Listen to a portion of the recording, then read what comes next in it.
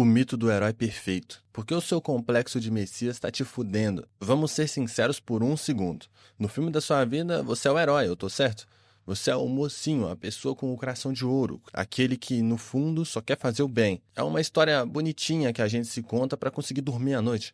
O problema é que é uma mentira deslavada. E o fim, o moleque de gorro branco, é a prova ambulante de como essa fantasia te impede de crescer. Quando a gente começa a assistir Hora de Aventura, tudo é simples. O fim é o herói, o rei gelado é o vilão, o bem luta contra o mal, salva a princesa e ganha um beijinho da bochecha. É o roteiro padrão que engolimos desde criança. E é exatamente assim que a gente enxerga o mundo quando é imaturo. Uma arena de preto e branco, onde nossas ações são sempre justificadas porque, afinal, somos os bonzinhos.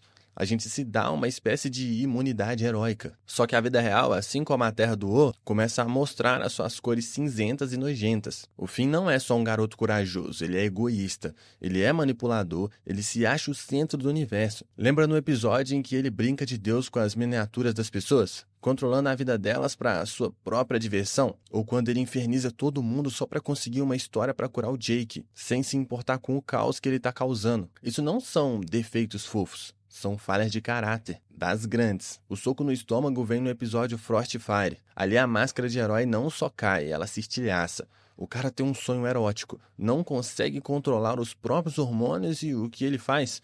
Manipula a princesa de fogo e o rei gelado, usando os traumas e as inseguranças deles para conseguir o que quer. Uma briga épica que o excite. Não tem desculpa nobre aqui. Foi um ato puramente egoísta, escroto e, sejamos honestos, muito humano. Foi difícil de assistir porque era real. E a cereja no bolo podre é a reação dele quando tudo dá errado.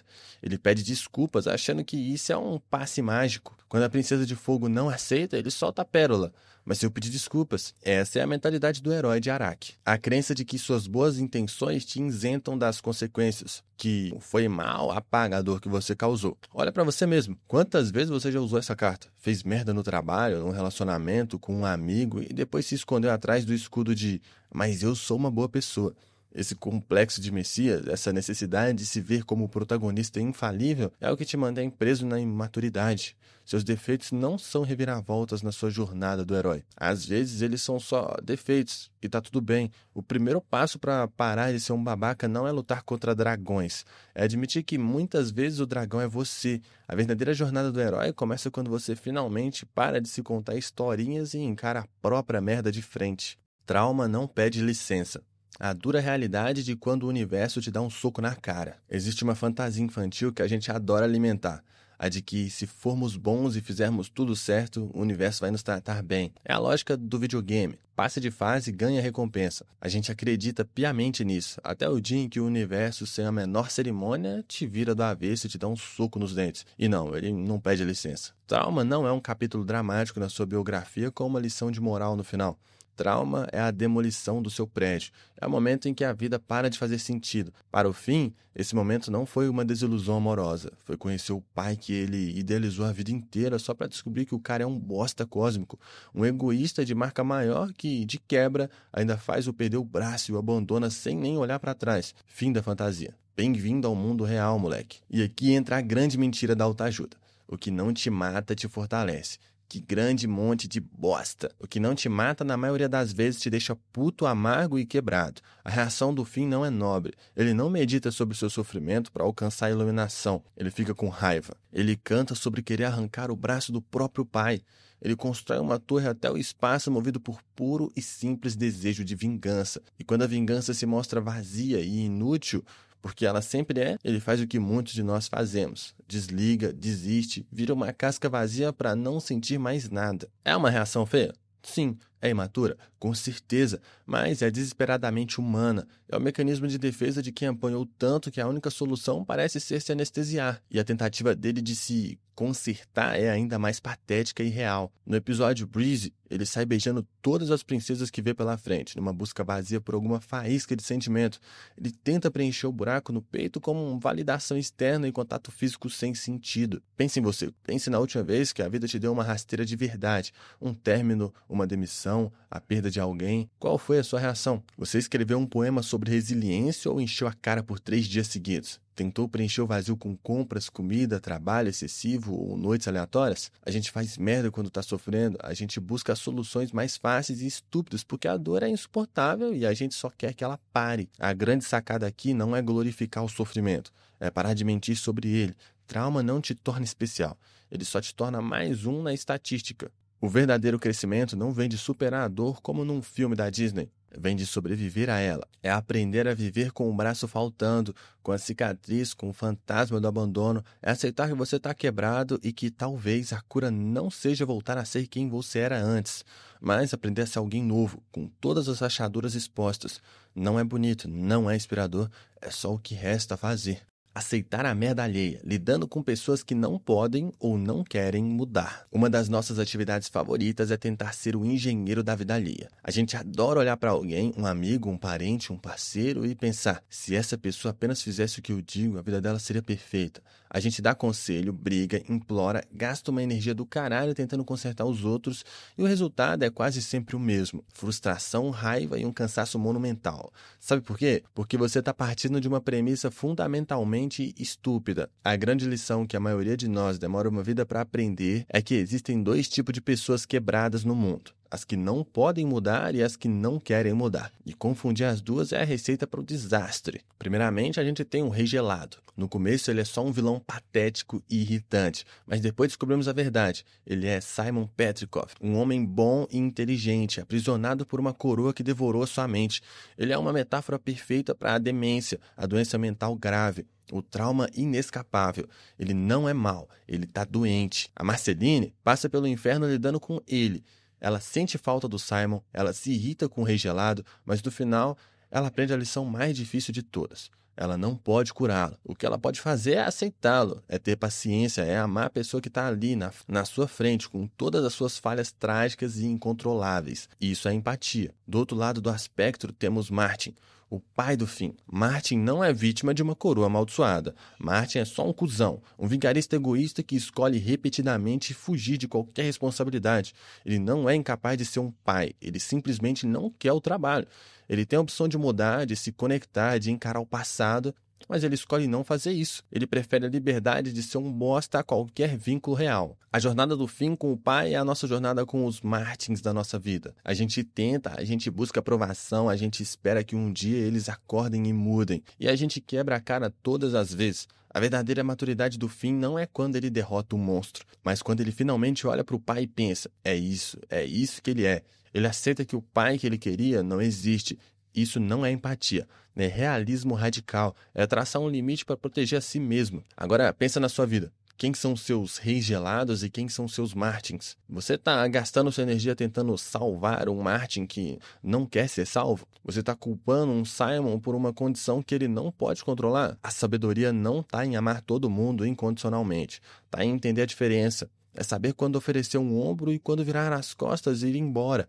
Parar de tentar ser o salvador da pátria é o maior ato de amor próprio que existe. Você não pode consertar a merda alheia, mas pode e deve parar de deixar que ela respingue em você. A ditadura da responsabilidade. Como ser o adulto na sala te transforma num babaca controlador. Você conhece essa pessoa. Talvez essa pessoa seja você. É quem organiza o churrasco, quem lembra de pagar as contas, quem tem um plano B, C e D para tudo. É o pilar, a rocha, o adulto na sala que impede que o mundo dos seus amigos imaturos desmorone. Parabéns, você é indispensável. E muito provavelmente a pessoa mais controladora, reprimida e secretamente infeliz que você conhece. Se você duvida, vamos falar sobre a princesa Jujuba. Jujuba é a rainha da responsabilidade. Ela governa um reino inteiro feito de doces, o que já é uma metáfora para o caos que ela precisa gerenciar. Ela é uma cientista genial, uma estrategista, uma líder. Na superfície é a personificação da competência, mas vamos olhar por baixo do glacê rosa. Para manter seu reino seguro, ela se torna uma ditadora benevolente. ela espiona os próprios cidadãos, ela comete genocídio. Lembra do Hartley Bowles? Ela cria e destrói vida em seu laboratório sem piscar, e a justificativa é sempre a mesma, nobre e irrefutável. É pelo meu povo, é minha responsabilidade. A real é que responsabilidade é a desculpa perfeita para ser um maníaco por controle. Jujuba não confia em ninguém, ela não delega. Ela se afoga em trabalho e deveres porque isso lhe dá uma ilusão de ordem num universo caótico. E qual é o preço dessa armadura? Tudo. Ela sacrifica relacionamentos, amizade e o mais importante, as próprias emoções. Ela afasta a Marceline, a única pessoa que a entende por séculos, como ela mesma diz. Responsabilidade exige sacrifício. E ela sacrificou sua capacidade de ser vulnerável, de se conectar e simplesmente ser. Por que alguém faz isso? Porque ser responsável é o esconderijo perfeito. Se você está ocupado demais salvando o mundo, não tem tempo para encarar o fato de que está exausto, solitário e com medo. A responsabilidade se torna um vício, a droga mais socialmente aceita de todas. E só quando ela perde o reino, quando seu propósito autoimposto é arrancado dela, é que a armadura dela racha. É quando ela finalmente desabe e admite para Marceline o quão cansada ela tá. Foi preciso perder tudo para perceber que o preço de ser a Raina era a sua própria humanidade. Ou doce humanidade. Tanto faz. Agora de volta para você, o super-herói do dia a dia, seu vício em trabalho, sua necessidade de agradar a todos, sua agenda lotada que não te deixa respirar. Você acha que isso é virtude? Não, é fuga. Você está usando a responsabilidade como um escudo para não ter que lidar com a sua própria bagunça interna. Você se convenceu de que ser necessário é o mesmo que ser amado. Ser um adulto funcional é ótimo, mas quando o seu senso de dever te transforma num robô emocional que afasta qualquer um que tente se aproximar, você não está sendo responsável. Você está sendo covarde. O maior ato de coragem para pessoas como você e a Jujuba não é salvar o reino mais uma vez. É parar, pedir ajuda e admitir: eu não aguento mais, porque no final, de que adianta ter um reino perfeitamente organizado se você vai morrer de solidão no trono? O passado é um fantasma grudento, desempacotando a bagunça emocional de 1000 anos. Todo mundo tem uma bagagem emocional. Alguns carregam uma mala de mão, outros um container, e tem gente, como a Marceline, a rainha dos vampiros, que carrega um cemitério inteiro nas costas. E o jeito que ela lida com isso é provavelmente o mesmo jeito que você lida com o seu fantasma particular, fingindo que ele não tá ali, sussurrando merda no seu ouvido 24 horas por dia. A Marceline é a personificação do cool. Ela é estilosa, toca baixo, flutua por aí com um ar de quem não se importa com nada. Mas essa atitude toda é uma fraude. É uma fortaleza construída tijolo por tijolo com o cimento do abandono. Pensa na lista. Sobreviveu a um apocalipse que extinguiu a humanidade.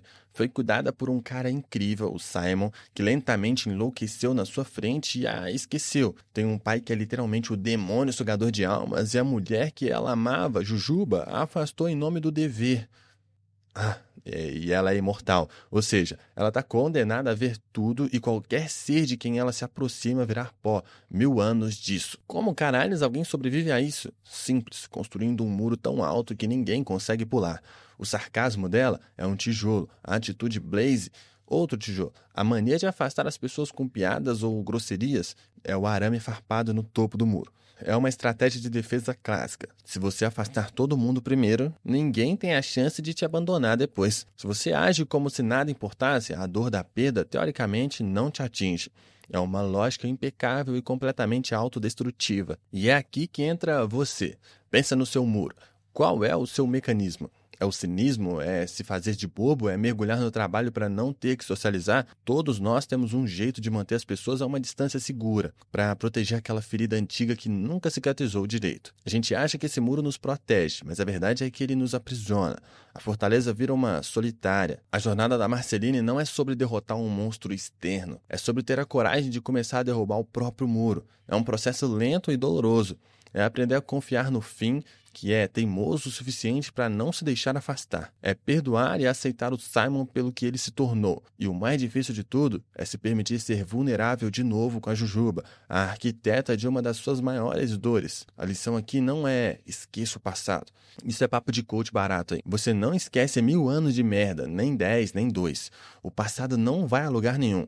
Crescer é aprender a conviver com os seus fantasmas. É olhar para o seu muro e, em vez de reforçá-lo, ter a coragem estúpida e aterrorizante de abrir um portão, mesmo que seja só uma fresta. É um risco do caralho. E é a única saída. Sua bagagem só te define se você continuar carregando-a para todo lado como se fosse um troféu. Já tá na hora de largar essa merda no chão. Tudo fica, mas você não. A piada cósmica de tentar ser a mesma pessoa para sempre. A gente se apega a uma ideia muito sedutora, a de que em algum momento vamos nos encontrar, que vamos chegar a uma versão final, estável e polida de nós mesmos, e aí poderemos relaxar. É o nosso objetivo secreto, construir uma personalidade, uma identidade e então viver nela confortavelmente para sempre. A má notícia? O universo acha o seu plano de estabilidade uma piada de muito mau gosto. A filosofia inteira de Hora de Aventura pode ser resumida na canção de Ninar que a mãe da Marceline canta.